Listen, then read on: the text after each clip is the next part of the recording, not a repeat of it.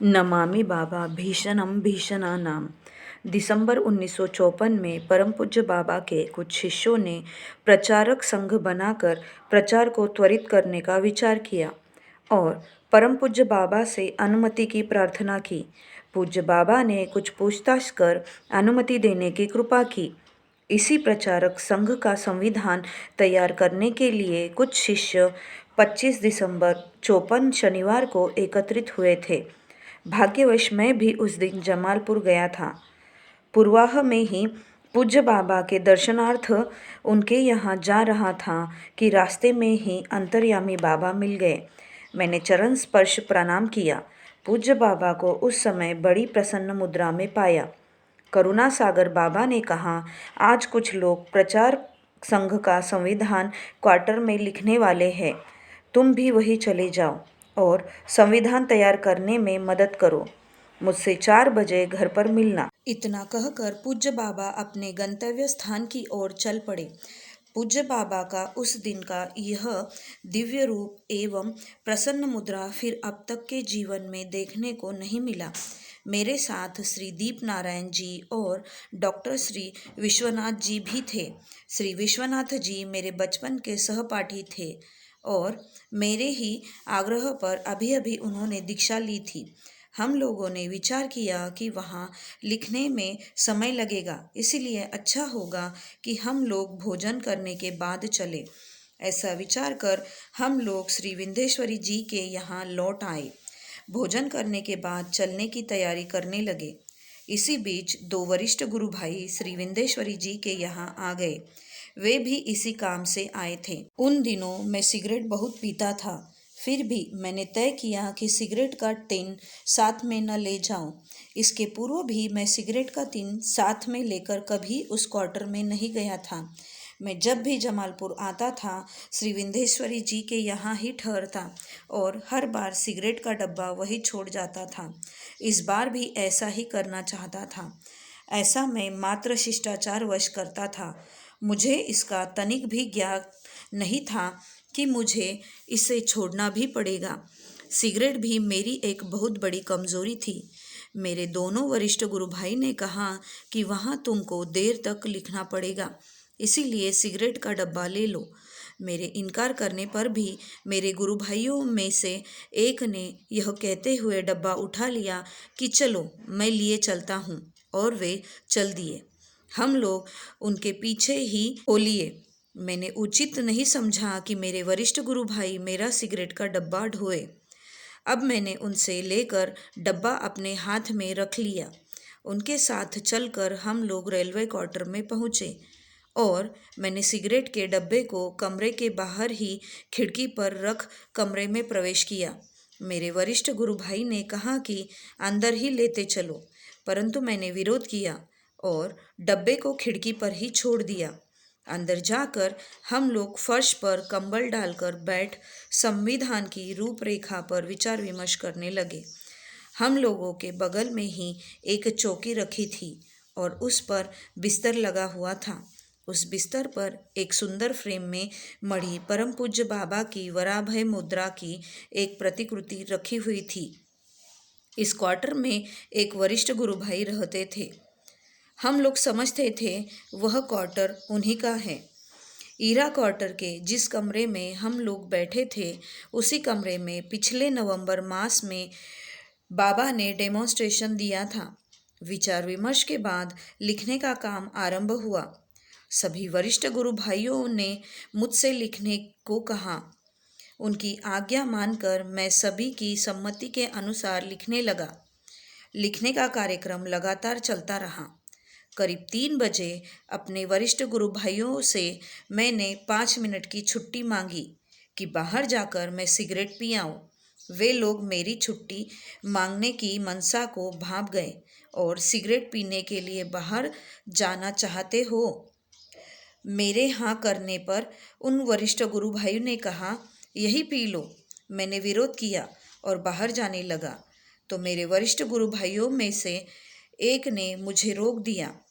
उनमें से एक सज्जन उठकर गए और मेरा सिगरेट का डब्बा उठा लाए।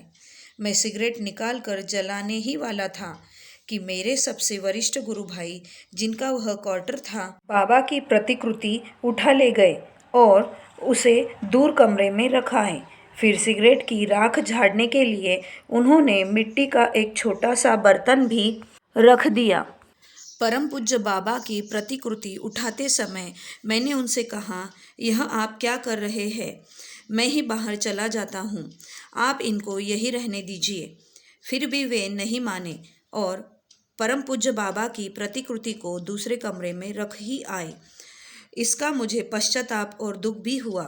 अनमाने ढंग से मैंने सिगरेट जलाया, किंतु एक दो कश लेने के बाद ही सिगरेट बुझ गई। फिर से जलाने की चेष्टा की, पर सलाई की अंतिम काठी जलकर बुझ गई और सिगरेट नहीं जल पाई। फिर थोड़ी देर हम लोगों ने लिखने का प्रयास किया, परंतु वातावरण कुछ ऐसा हो चला था कि मन ही नहीं लगा। करीब 3:30 बजे हम लोगों ने लिखने का काम बंद कर दिया, क्योंकि 4 बजे पूज्य बाबा के यहाँ पहुँचना था। मैं और श्री दीप नारायण जी बाबा के घर की ओर चल दिए। वहाँ हम लोगों के पहुँचने पर बाबा निकले अवश्य, पर क्रोध से भरे हुए। मुखमंडल देखते ही लगा कि यह रौद्र रूप है। इससे पहले पूज्य बाबा के इस रूप को कभी नहीं देखा था, अतः हम दोनों डर के मारे घबरा गए। डरते डरते हम लोगों ने प्रणाम करना चाहा, तो पूज्य बाबा ने बड़ी जोर से डांटते हुए कहा, दूर हटो। मैं तो सकते में आ गया, किंतु दीप नारायण जी साष्टांग में गिर ही पड़े। उनको साष्टांग प्रणाम करते देख मेरी भी हिम्मत बढ़ी और मैं भी साष्टांग में गिर पड़ा। पूज्य बाबा ने उसी डांट के लहजे में कहा, अभी जाओ यहाँ से, शाम को ही वही क्वार्टर में मिलना। मैं और दीप नारायण जी वहाँ से चुपचाप लौट आए। आज भी उनके उस रौद्र रूप को याद कर डर जाता हूँ। यहाँ मुझे संत तुलसीदास के रामायण की एक पंक्ति याद आ जाती है। अरुण नयन भ्रुकुटी कुटिल चितवत नृपन्न सकोप। यहाँ नृपन्न तो हम लोगों के लिए लागू नहीं होगा, क्योंकि हम लोग अति साधारण व्यक्ति थे और हम लोगों की हालत ऐसी थी जैसे जबू सहमेऊ करी के हरि नादा। रास्ते भर मौन रूप से चलता हुआ यही सोच रहा था कि क्यों बाबा क्रुद्ध हो गए। मैं सीधे श्री विंध्येश्वरी जी के घर चला गया और बाहर के छोटे कमरे में बैठकर सोचने लगा कि कौन सी ऐसी गलती हो गई जिसके लिए पूज्य बाबा इतना क्रुद्ध हो गए। बाबा के घर से चला तब भी रास्ते भर यही सोचता रहा, पर कोई कारण समझ में नहीं आ रहा था। उस कमरे में बैठ चिंता करने लगा और मन ही मन पूज्य बाबा से प्रार्थना करने लगा कि बाबा जिस भी कीमत पर हो कृपा कर अपने इस रूप को बदल दे। मैं आपकी शरण में इस रूप को देखने नहीं आया था। इसके बाद संसार में मुझे जो भी प्रिय था, सभी नाते रिश्ते तथा अन्य सभी वस्तुएं एक एक कर मानसिक रूप से मैं उनको अर्पण करता गया और आग्रह करता गया कि इन सब को लेकर भी आप प्रसन्न हो सके तो ले ले, परंतु आप प्रसन्न अवश्य हो। इसी अर्पण के दौरान मुझे याद आया कि मैंने अपने पद को बचाने रखने के लिए पूज्य बाबा से बार बार आग्रह और हठ किया था। आज अगर इसको भी लेकर आप प्रसन्न होते हैं तो मुझे खुशी ही होगी। यह मेरा आखिरी अर्पण था। इतने में ही श्री विंध्येश्वरी जी के बड़े भाई श्री पुनीत बाबू आ गए और मुझे कमरे में अकेले बैठा देख पूछ बैठे, अंधेरे में अकेले बैठे क्या कर रहे हो? कितना बजा है? मैंने घड़ी देखी और बताया कि 5 बजा है। जाड़े की शाम और दिसंबर का महीना, 5 बजे अंधेरा हो ही जाता है। मैं बाहर आकर उनसे बातें तो कर रहा था, पर मन में पूज्य बाबा का वह रौद्र रूप ही था।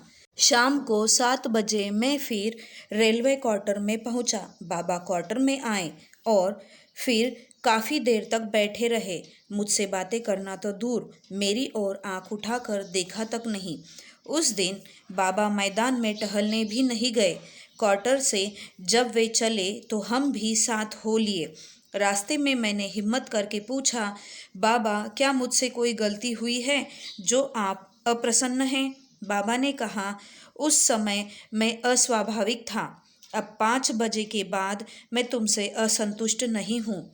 तुम अपनी हालत तो देखो, तुम में और मृत्यु में कितना फासला रह गया है। मैंने कहा, बाबा, मैं पिछले महीने भर से दौड़ दौड़ कर यही तो पूछने आ रहा हूँ, परंतु आपकी व्यस्तता देखकर पूछ न सका।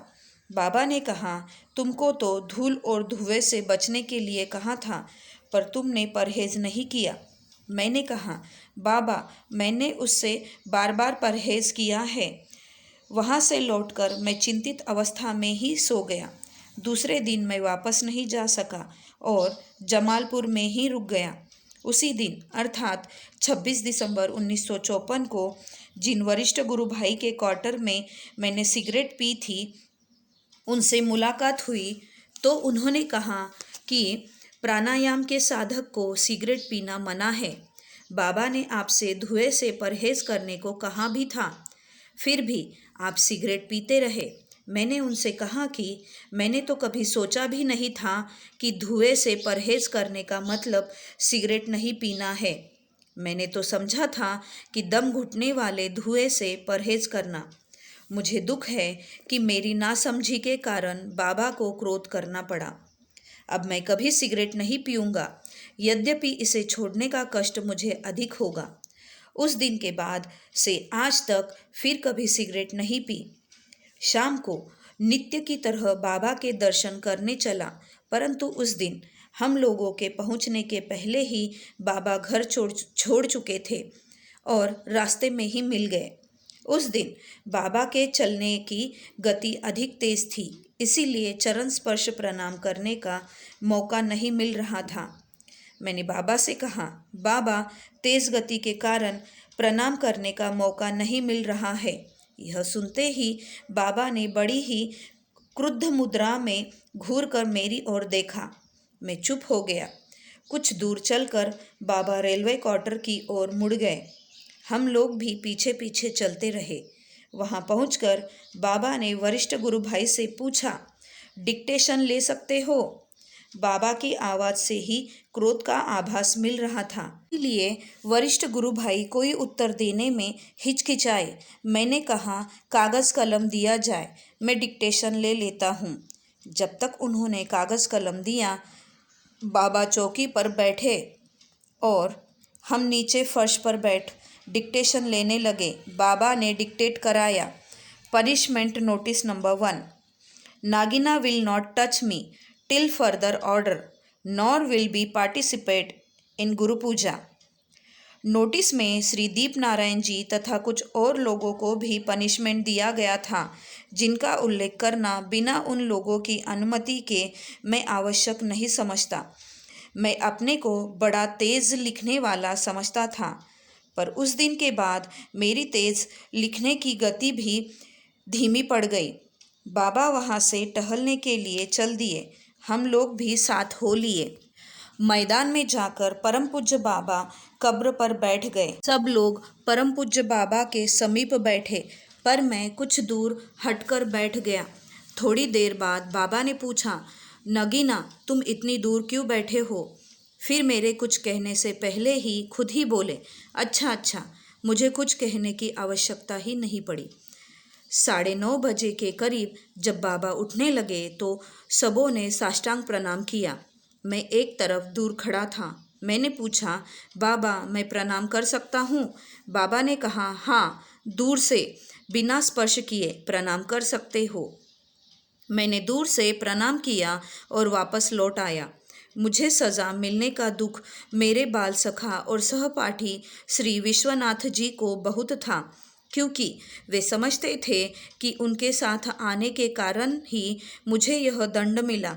मैंने उनको समझाया कि ऐसा सोचना मात्र अंधविश्वास ही नहीं, निराधार भी है। उनका यह भ्रम बहुत दिन के बाद उनके मन से दूर हुआ। बेगूसराय आकर दूसरे दिन 27 दिसंबर 54 को जब साधना करने बैठा तो समझ नहीं पाया कि ध्यान की स्थिति में पूज्य बाबा को छूं अथवा नहीं। गुरु पूजा करना मुझे सिखाया नहीं गया था, अतः इसका प्रश्न ही नहीं उठता था। इसीलिए एक पत्र लिखकर जानकारी प्राप्त करना चाहा। उत्तर 5-6 दिन बाद मिला और तब तक मैंने ध्यान करना बंद कर दिया था। जहाँ तक याद है 29 दिसंबर 1954 को पूज्य बाबा का एक पत्र मिला कि किसी भी हालत में आश्रम की पवित्रता को नष्ट नहीं होने दोगे। अब मेरी समझ में आया कि उस क्वार्टर को आश्रम का रूप दिया हुआ था, जिसकी जानकारी मेरे वरिष्ठ गुरु भाइयों ने मुझे कभी नहीं दी थी। एक बात यहाँ बता दूँ कि इस पनिशमेंट के बाद मन बहुत ही भयभीत रहने लगा था। भयवृत्ति तो पहले से थी ही, अब और बढ़ी गई। यहाँ तक कि पूज्य बाबा से भी अत्यधिक भय मालूम पड़ने लगा। स्वप्न भी बड़े डरावने आते थे। इसी बीच मेरी लड़की, जिसे बाबा ने मृत्यु से बचाया था, एक गाना गाने लगी थी और जब मैं ऑफिस से लौटकर घर आता था तो वह उस गाने को गाते हुए द्वार पर मेरा इंतज़ार में खड़ी रहती थी। गाना था, कितना बदल गया इंसान। इसके मुंह से इस गाने को सुन मन और भयभीत हो उठता था। इसी भयभीत अवस्था में 1954 समाप्त हुआ और 1955 शुरू हुआ।